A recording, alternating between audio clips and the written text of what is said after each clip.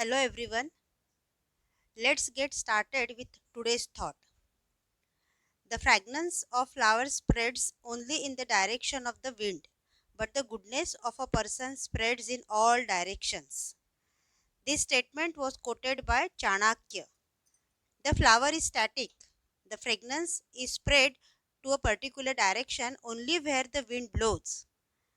The influence of person's goodness spreads in all directions.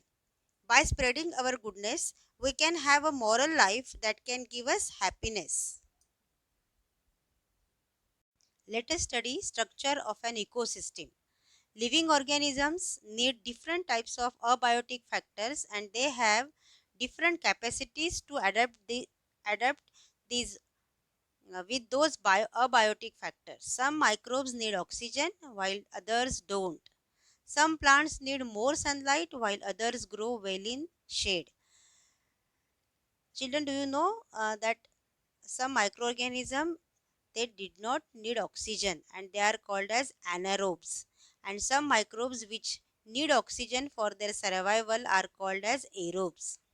So it is their capacity to survive in abiotic factors. Some plants need more sunlight for their existence while others grow well in the shade area. So it is means different capacities are possessed by different living organisms and they utilize different abiotic factors. Each and every abiotic factor affects the biotic factors in the ecosystem. The abiotic factors in an ecosystem decide which biotic factors will survive in it and what will be their number. The proportion of abiotic factors in an ecosystem is always changing as biotic factors use or excrete abiotic factors. Every biotic factor affects abiotic factors as well as other biotic factors around it. Every living organism in an ecosystem plays a particular role while living, moving in that ecosystem. The position of any living organism in contrast to other living organism and the role it is playing is called as niche. Example, a sunflower plant in a garden evolves oxygen in the air and provides food and shelter for insects like ants, honeybees, etc.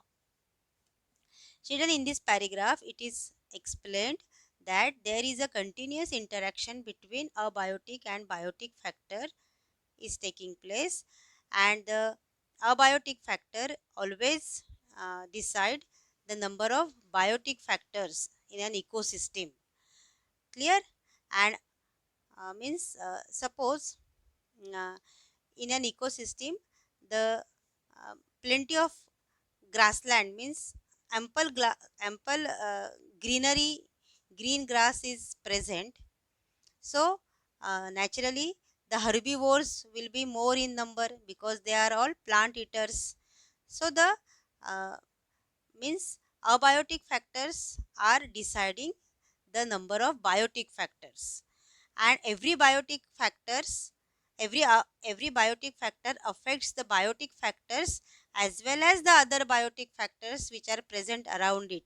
Means number of grazing animals will decide the number of other living organisms. Means for example, the number of carnivore is decided by number of herbivore present in an ecosystem.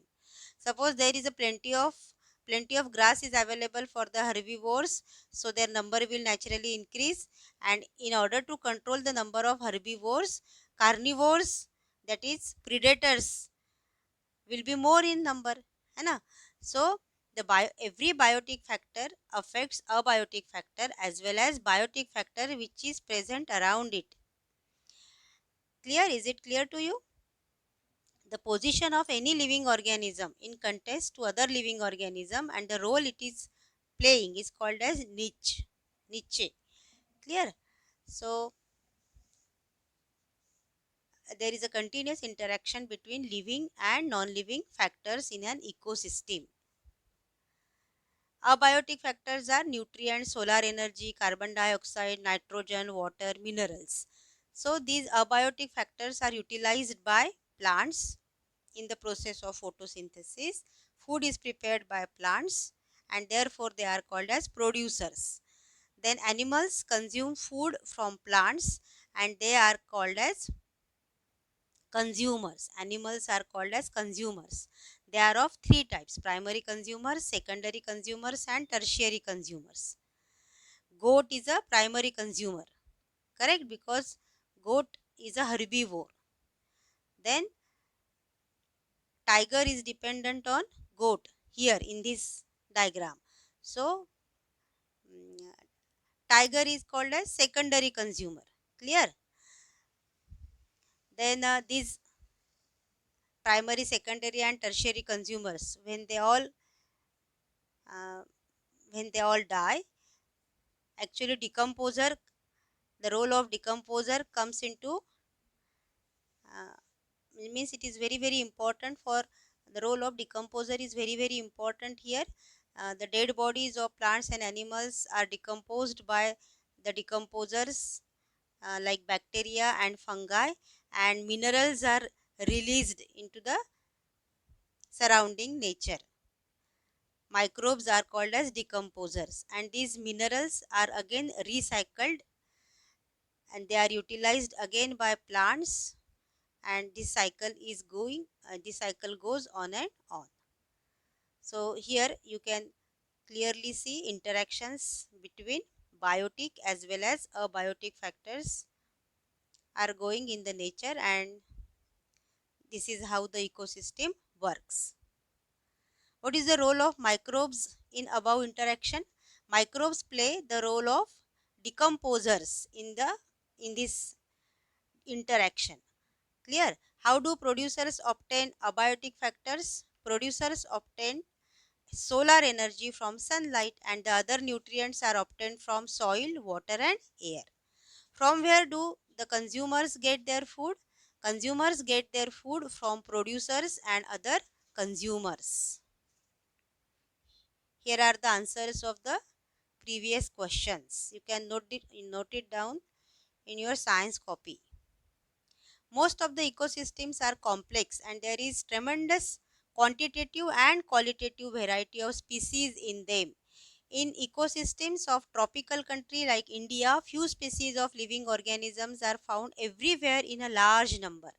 Remaining species of plants and animals are found in a small number. Some species are very few in number. Variety of ecosystems is found on earth. Each place has a different ecosystem. Example: forest, pond, ocean, river, etc. Types of ecosystem are formed according to size, place, climate, types of plants and animals. Many types of ecosystems are found in biosphere. Their specific functions continue according to their environment. Though these ecosystems look independent and different, they are linked to each other directly or indirectly.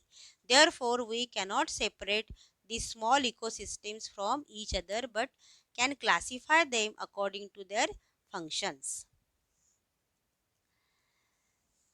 Children, you uh, might be knowing that ecosystems are they are uh, they are interconnected with each other. Though they are small, means small ecosystems cannot be separated from each other. We can classify them according to their functions. Clear? And in each ecosystem number of species vary. Clear? Each place has different ecosystem: forest ecosystem, pond ecosystem, ocean, river. So all these types of ecosystems are formed according to size, place, climate, types of plants and animal, and all these ecosystems are found in biosphere. Clear?